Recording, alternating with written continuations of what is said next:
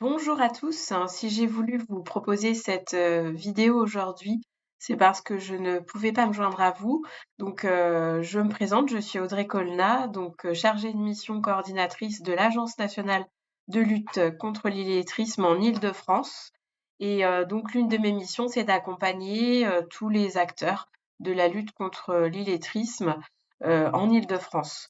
Donc, voilà pour cette présentation.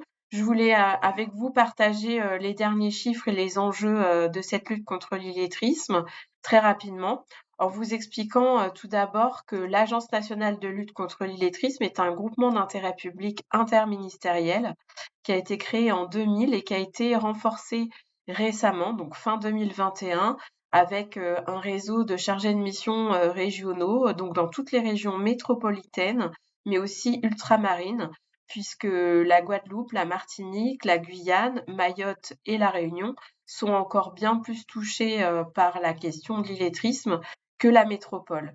Donc l'Agence nationale de lutte contre l'illettrisme est située à Lyon et ensuite propose un chargé de mission dans chaque région. Ces trois principales missions, ce sont donc la mesure, la coordination et l'outillage, on peut le dire, oui, des acteurs à travers une offre de services et de valorisation des bonnes pratiques. Donc, dans la mesure de l'illettrisme, il faut vous dire que les chiffres que je vais vous donner aujourd'hui datent de 2012, qui était la dernière enquête de l'INSEE, mais qu'actuellement nous menons une nouvelle enquête et qu'elle va être connue en 2023. Donc, on aura des statistiques un peu plus récents et assis pour pouvoir prendre les bonnes décisions. Dans l'autre mission, la coordination de l'action sur les territoires, donc la mission de l'agence, c'est de faire en sorte que les acteurs se connaissent mieux pour coopérer et être plus efficaces dans le repérage et l'accompagnement des personnes en situation d'illettrisme. Donc, en résumé, en fait, mon rôle, c'est de construire, d'animer et de développer un réseau de décideurs et de partenaires opérationnels afin de mieux identifier les personnes concernées par l'illettrisme et les réponses collectives à mettre en œuvre. Donc d'abord, qu'est-ce que l'illettrisme? C'est très important de le définir, puisque en fait, on confond très souvent l'illettrisme avec d'autres problématiques telles que le français langue étrangère et l'analphabétisme. Contrairement à un analphabète, un illettré a été scolarisé en langue française. On dit souvent un minimum de 5 ans. Donc il a été à l'école en France et pour autant, il n'est pas autonome dans tout ce qui est lecture, écriture, calcul. Et aujourd'hui, on considère que le numérique est la quatrième compétence de base à l'agence. Donc ça signifie qu'une personne qui n'est pas autonome avec les outils numériques rentre également dans notre public pour peu qu'elle cumule en fait les difficultés de lecture, d'écriture, de calcul avec les difficultés avec le numérique. Donc on appelle ça aussi le double illettrisme. Donc contrairement à ça, un étranger, lui, a besoin d'un accompagnement en français, langue étrangère. S'il n'a pas grandi dans notre pays et s'il n'a pas été scolarisé en France, dans celui-ci. Et un analphabète, lui, n'a jamais été scolarisé. Donc c'est un petit peu une page blanche. À l'inverse, une personne en situation d'illettrisme sait beaucoup de choses, a une expérience professionnelle, est allée à l'école, donc a retenu certaines choses. Et le problème, c'est que il y a des trous dans les raquettes qui font qu'elle n'est pas autonome. Donc il faut prendre le temps de comprendre où sont les trous dans cette raquette pour pouvoir la réparer et lui permettre en fait d'aller plus loin dans son parcours. Le plus difficile, c'est d'en parler avec ces personnes, de les repérer et ensuite de les accompagner en toute bienveillance. Il faut que ce besoin soit révélé par la personne elle-même et qu'elle en parle elle-même pour accepter d'être accompagnée. Donc ça peut être assez long quand vous repérez des personnes qui ont ces difficultés.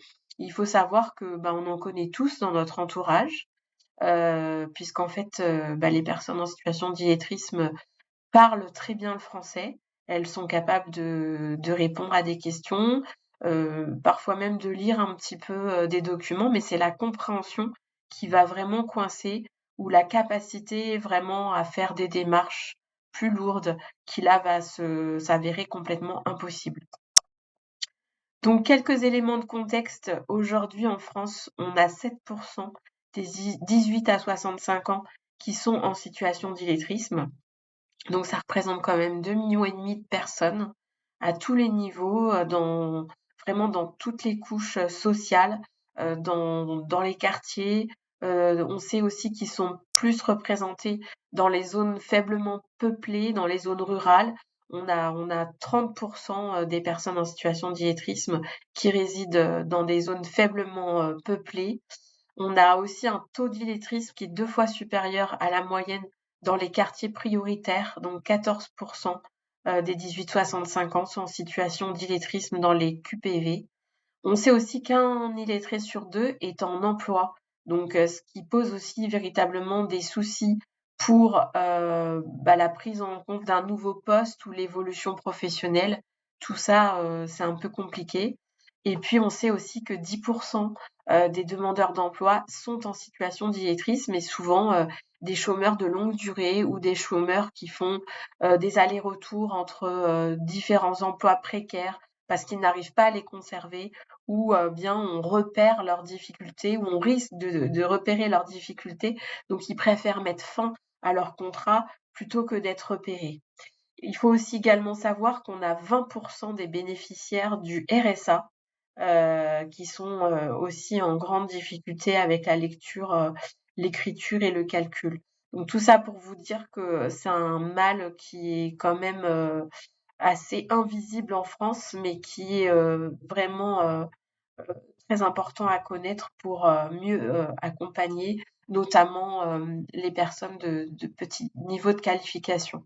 Donc les profils sont très divers des personnes en situation d'illettrisme, depuis bien sûr celles qui ont quitté le système scolaire prématurément, les personnes qui ont parfois un petit diplôme mais qui n'ont pas consolidé les fondamentaux. Il faut savoir par exemple qu'une personne qui va savoir lire à 16 ans va sortir de l'école avec des bases, ne pas l'utiliser dans son domaine professionnel, va perdre en fait ses compétences.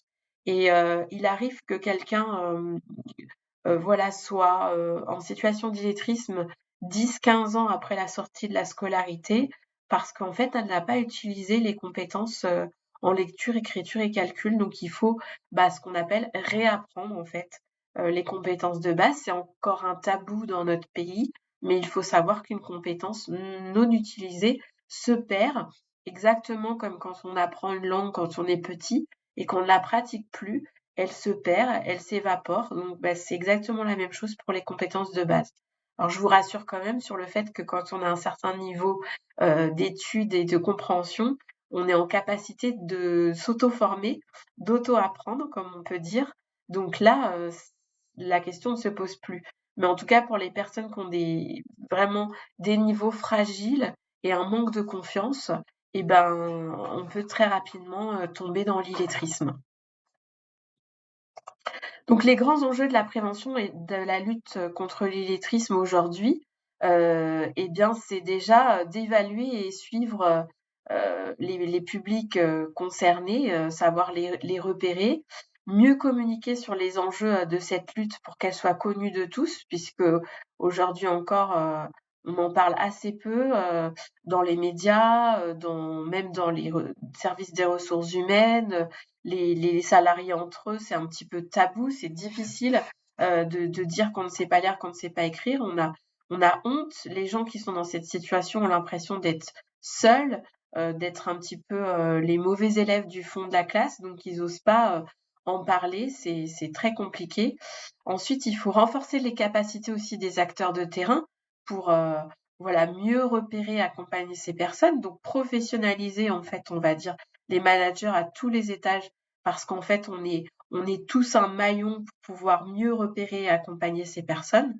Il faut aussi coordonner l'action globale pour qu'elle soit visible et aussi apprendre à se connaître pour coopérer. Donc, c'est très important, notamment dans une collectivité territoriale, d'en parler à tous les niveaux des échelons de cette collectivité pour que, en fait, on comprenne que le fait d'être en difficulté avec la lecture et l'écriture n'est pas une honte et qu'on peut nous aider. Ça, je pense que c'est vraiment très important et qu'après, en fait, on ait un collectif qui soit au service de la réussite, du dépassement et quand, l'agent peut comprendre qu'il y a ce collectif autour de lui, il va plus facilement, en parler et oser affronter ses difficultés.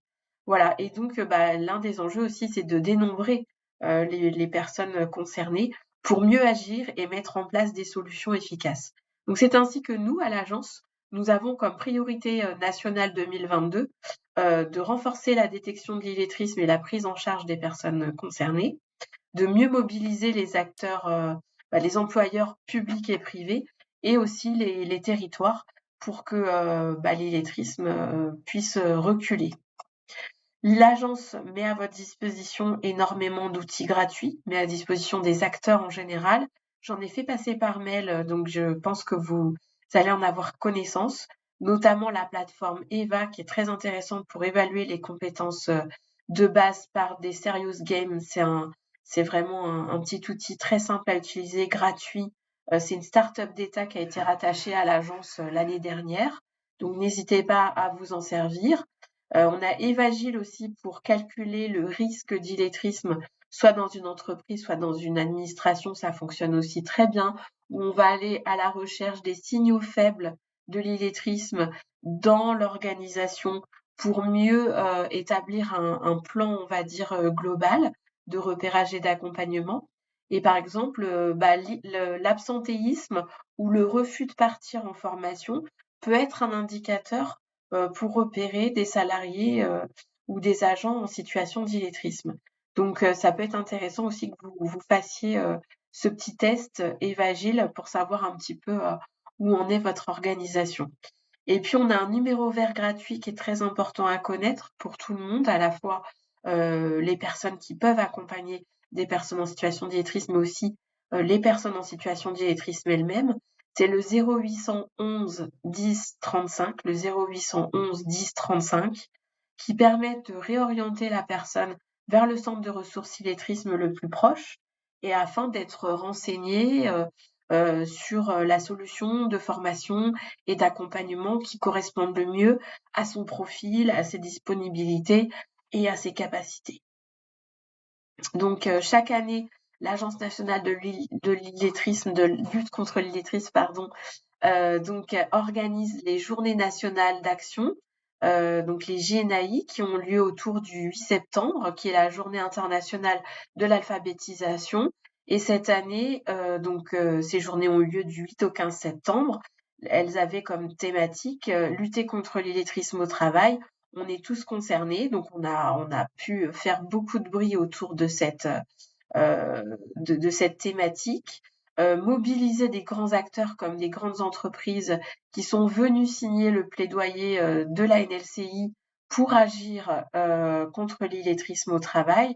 Et donc, on a des programmes qui ont été lancés pour accompagner, par exemple, actuellement, on travaille beaucoup avec la Sodexo, Disneyland Paris ou Burger King France pour les aider justement à mieux repérer et accompagner, ces publics. Voilà, les outiller et puis, donc outiller les managers et accompagner, les salariés concernés grâce à leur opérateur de compétences notamment, mais aussi, à des organismes de formation sur le terrain qui soient près, de leurs usines ou de leur, zone d'activité. Parce que comme vous le savez, par exemple, Sodexo, c'est 30 000 salariés en France avec, énormément de sites partout, donc il fallait une réponse qui soit au plus proche du lieu de travail des salariés concernés pour ne pas les mettre en plus en grande difficulté et puis aussi avoir un manager à qui parler, qui soit à côté pour qu'il n'y ait pas de rupture dans l'accompagnement vers la formation. Ça, c'est des salariés très fragiles là-dessus. La formation, souvent, ils y sont jamais allés ou quasiment pas. Ils ont très peur.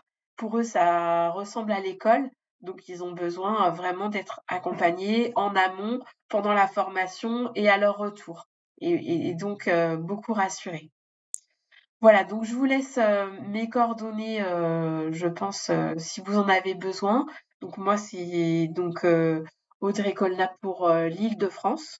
Mais n'hésitez pas, j'ai aussi transmis, la liste des chargés de mission régionaux, donc par mail pour que vous puissiez avoir un interlocuteur au plus près de vos besoins et aussi, les coordonnées de l'agence, hein. Vous avez donc anlci.fr.